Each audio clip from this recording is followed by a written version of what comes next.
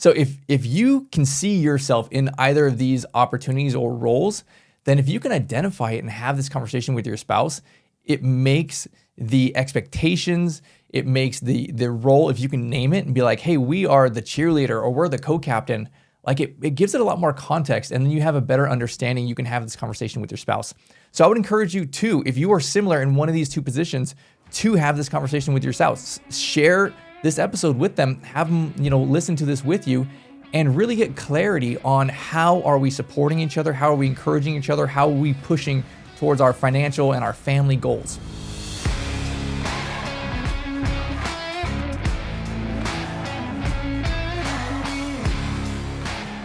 Welcome back to another episode of The Donkey and the Bee with Brett and Laura Shotkavis. We got the donkey right here. We got Brett, and then we got the bee, which is me.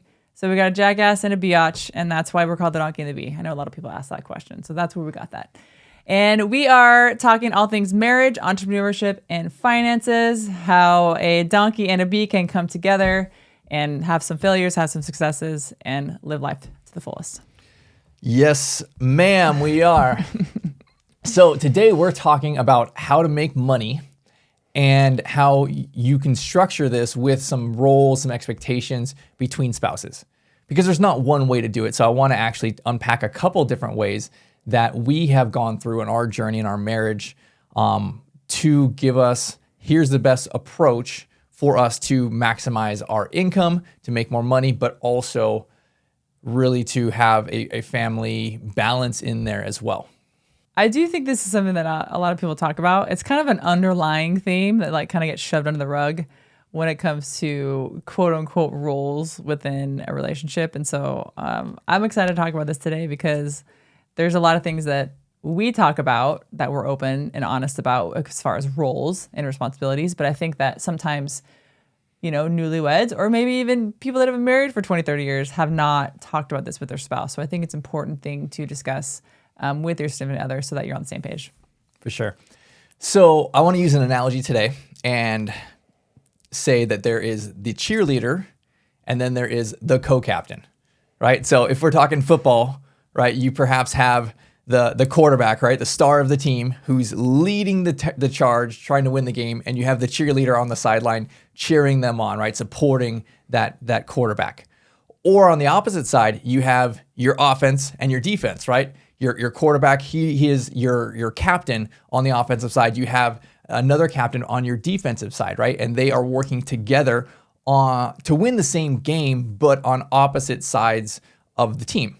And they both have the same objective, right? So I think you can structure your relationship with either of these options, where one is really doing the majority of it and the other person is supporting them, or you have divvied up the roles and say, hey, we are hitting this together and we have separate roles and responsibilities.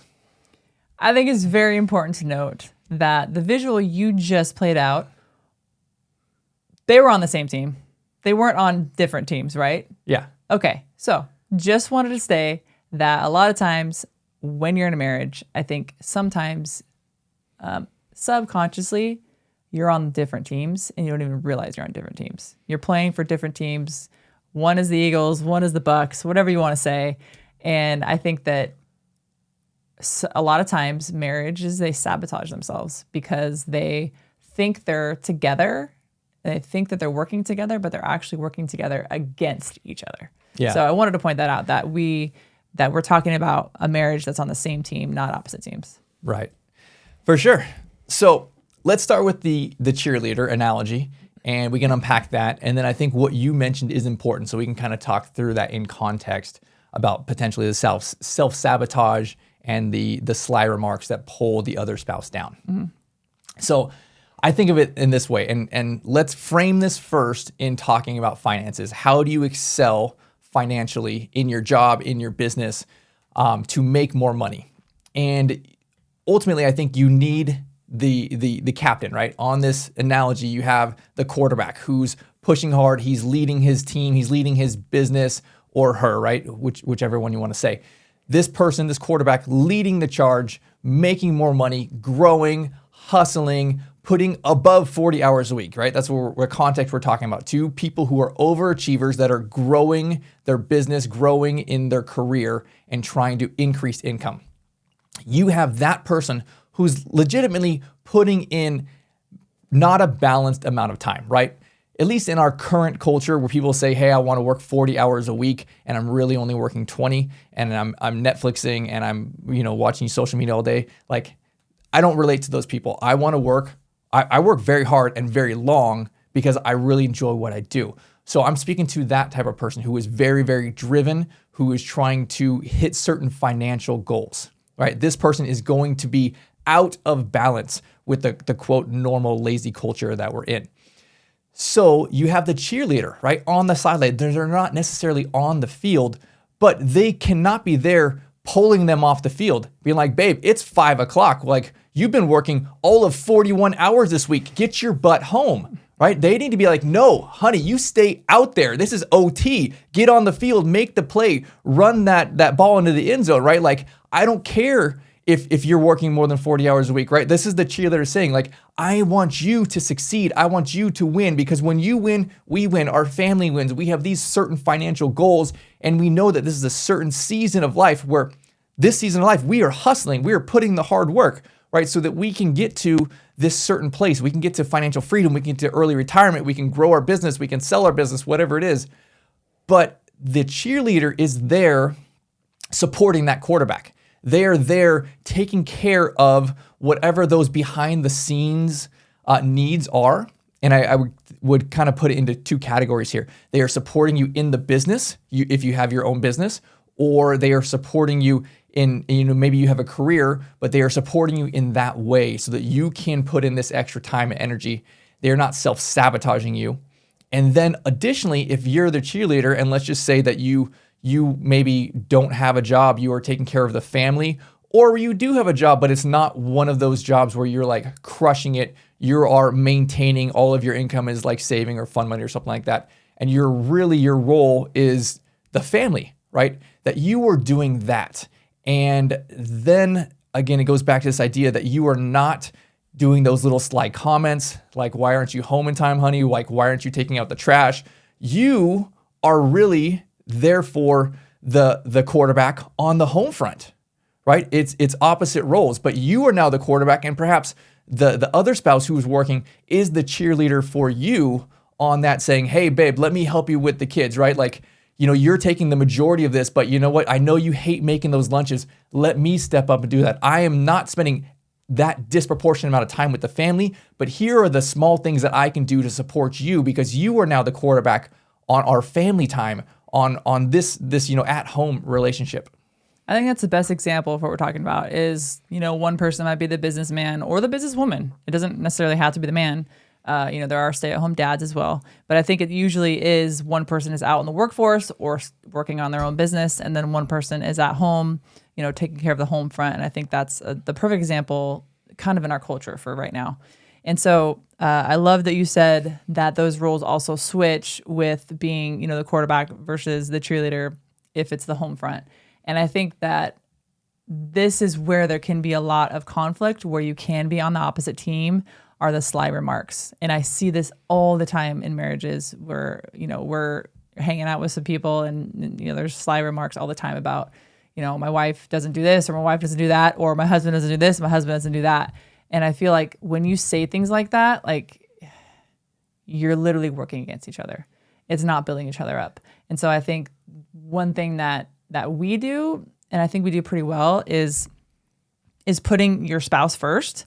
And so if there's one little thing you can do to help that person in their role to, maybe make their day easier or whatever it can be, it's something small. Like you said, lunches. If you're a stay-at-home mom and you want to help your husband, maybe maybe get his car washed or something. Your husband, what's important to you, or your spouse, what's important to them. Doing something small, it doesn't have to be every day, but if it's like, once or twice a week, doing something small out of the ordinary to help them in their role, I think will also make them feel, oh, well, then I need to do something out of the ordinary for my spouse to help them in their role. And it's just kind of this like ongoing cycle of putting each other first and helping and cheerleading that person within their role. Yeah. And so you talk about these little action steps, but I think really maybe even more important to that is the encouragement and the support that goes along with it. It's a lot of the verbal stuff. It's a lot of the, I appreciate what you're doing, the time you're putting in on both sides. When the person who's working extra and the person who is supporting the family, that appreciation and support and encouragement has to go both ways. And honestly, I think that is the underlying theme here towards how to succeed in this, is the appreciation and the support and the motivation towards your spouse to keep going, babe. Like, that's what a cheerleader is, right? They're not necessarily taking action steps. They are encouraging, they are supporting you. And a lot of it can be emotional and mental because you get beat up, right? Like, if you're out in the workforce, like, nothing is easy. It gets really hard. And for sure, if you are at home with the kids, that is even harder. So frustrating, right? You're taking care of the kids, shuttling them around, doing all that kind of crap. Like, oh my gosh, like, I got to get around some adults. That is hard. And really, I think both roles here need to be a cheerleader for the other role. So one word that comes to mind when you just said all that was respect. I think that both sides need to have respect for each other and respect for that role. And I think the easiest way for me to do this is to put myself in the other person's shoes and be respectful of the role that they are in and that they are crushing, right? Like, so be respectful, right? Don't say those sly comments. Put, your spouse first. Help them in the little things. And in that, that's showing respect for your spouse. And correct me if I'm wrong. I think a lot of men, they want that respect from their wife. I think that's super one of the important. most important things for a man, to feel that respect. I think it's a little different for women. I think it's more of like a love, emotional thing. But I think that women also want the respect too. Like, hey, I'm here at home with the kids. And yes, you may think it's fun and we go to the park and we just, frolic and have picnics all day. But like, majority of the time, it is not that. It is temper tantrums. It is, messes in the kitchen. It's constant laundry. It's all these things. And so I think it's having that respect for that role that's super important. Yeah, I think you nailed it right there. Respect for your spouse, but also respect for that role. And it's not the attitude towards, well, you know what, I'm making the money. I know you're working hard over here, honey, but your role is really not as important as mine. Because it is just as important, right? Your family success is equally, if not more important than your financial success, right? You can be a stinking billionaire and have your family fall apart. And at least in my opinion, I think you failed, right? Like, if you have not succeeded in your family life and in business, then what's the point? Yeah. Right? Like, I don't want to be that huge, successful financial person that has had 3 marriages and I got like kids with all these different baby mamas. You're a failure in my opinion. Yeah. So I think this is where we started. When we opened our first company, it was a house flipping company in California. We were this cheerleader quarterback role. I was the quarterback. I did not all of it, but at least 75% of it. And you were there in more supporting roles on the actual business side. And then you took the majority of the family. And we had very young babies at that time. And you had at least 75% of that. And I was the cheerleader towards you. And we were very successful in that way. And there was mutual respect for the role and for each other doing it. So I think this is a great way to go. But it's not the only way to go. So now we are not doing that role any longer. We are not the quarterback cheerleader role. Now we are the co-captains, right? We have our offensive team and our defensive team, and we are both captains running our own plays and having our own crews behind us. And that I want to talk about next. I think that is another fantastic way to succeed. So in this role, I think it's both of the individuals, the co-captains, have their own role financially, right? They're bringing in income, but then they also have a role within the family. And so we have our own team that we are running. So if y'all don't know, we own Platinum Resort Assisted Living in Georgetown, Texas.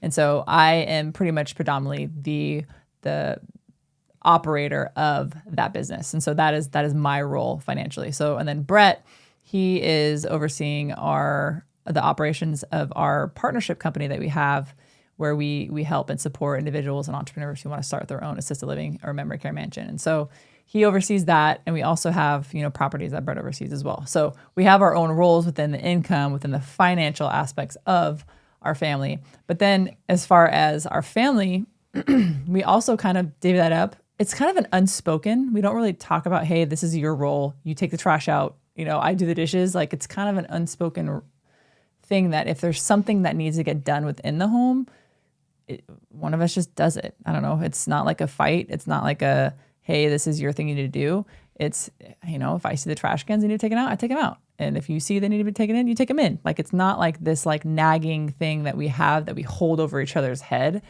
It's just that, hey, we are on the same team within the family life, and we just, whatever needs to get done, we just get it done, and we do it with a joyful spirit. It's not like we have a contempt against the other person because they didn't do this certain role. So I think that having that is super helpful with just shutting your mouth if you're frustrated about doing it and just do it. Like, it's part of being a family. We even teach our kids this. Like, don't complain about something not being fair. Like, life is not fair. That's just how life is. And so even if you took the trash out and you took them in, who cares? It needed to get done. The other person was at a meeting. The other person had something to do. And so it gets done when it needs to get done. For sure does. I really like the way we have this set up now with the co-captains. So, because in this context, you are running your business, I'm running my business, and really together they're both our businesses, but you are taking the lead on one and me on the other. And it allows for both of us to grow, where I think before, honestly, in the financial or in the business sense, you were kind of held back from the difficulties and the challenges of the business because I was handling all the problems, and it prevented you from growing. So I've seen so much growth in you in the last few years as you have kind of taken on this role, and now you are leading your own team and growing that company.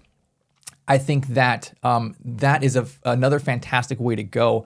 And the other thing that I think is super interesting about this perspective is, since now we are not involved in the same business, so to speak, I don't know all the problems that are happening at Platinum that you're solving, and vice versa with our training company. So when we say at the end of the day, hey, babe, how was your day? It's not just a question that I already know the answer to, right? Like, I actually don't know, like, how was your day? What's going on? Oh my gosh, you had that happen? Like, so interesting. Tell me about it, right? Like, there is legitimacy of mystery because I don't know, I'm not involved in all these things that if we were working together when we were, like, I already know the answer to that question. Like, I'm just asking because of just to ask, right? Like, now there's more separation between us during the work time kind of stuff. And I think that's really healthy for a relationship to have that separate time. And again, this may only be applicable to husband and wife that actually work together as business owners and things like that. But in this perspective, even if you have one company and you separated it and like, hey, you're running this part of it and I'm running this part of it, I think this is a really healthy way to go, because it puts the growth and the responsibility of one side of the organization on one person and gives them that confidence to run with it. Whereas before, when we were the quarterback and the cheerleader, really everything was falling on the one person, and then you were getting delegated, hey, here are the tasks that can you do this, right? Like, here's the lower level tasks. I'm going to handle these bigger issues and opportunities over here. And so it allows for a different relationship. And at least in the stage of life that we're in, it's working very well for us to be the co-captains. And then we take that mentality towards the family as well. And like you said, it's less spoken, but there are certain things that I usually do, and there's certain things that you usually do regarding the house and regarding the kids and all that kind of stuff. So for us, identifying these two different roles, right? It's not like we knew we were in them when we were doing it. And so I think hearing this, I mean, I heard it on another podcast, and I'm like, oh, we're doing it. I give them different names. I'm like, hey, it's more similar to this for us. So if you can see yourself in either of these opportunities or roles, then if you can identify it and have this conversation with your spouse, it makes the expectations, it makes the role, if you can name it and be like, hey, we are the cheerleader or we're the co-captain, like it gives it a lot more context, and then you have a better understanding. You can have this conversation with your spouse. So I would encourage you too, if you are similar in one of these two positions, to have this conversation with your spouse. Share this episode with them, have them, listen to this with you, and really get clarity on how are we supporting each other, how are we encouraging each other, how are we pushing towards our financial and our family goals. Well, thanks for joining us on another episode of The Donkey and the Bee. We have one ask and one ask only for the show. We do not run any ads. We don't sell anything. I think that's super obnoxious when you're trying to listen to a podcast and there's always this ad that comes in every 5 minutes. No, we hate that. We are never going to do that. So the one ask we have is for you to just share this podcast. If there's something that really hit home for you and you think, oh, hey, my significant other, or hey, my person that I work with, or hey, even my son or daughter, this would really hit home with them, share it. That's the one thing we ask, is just to hit that share button and share it with whoever you think would really need to hear this. We will see you on the next one now.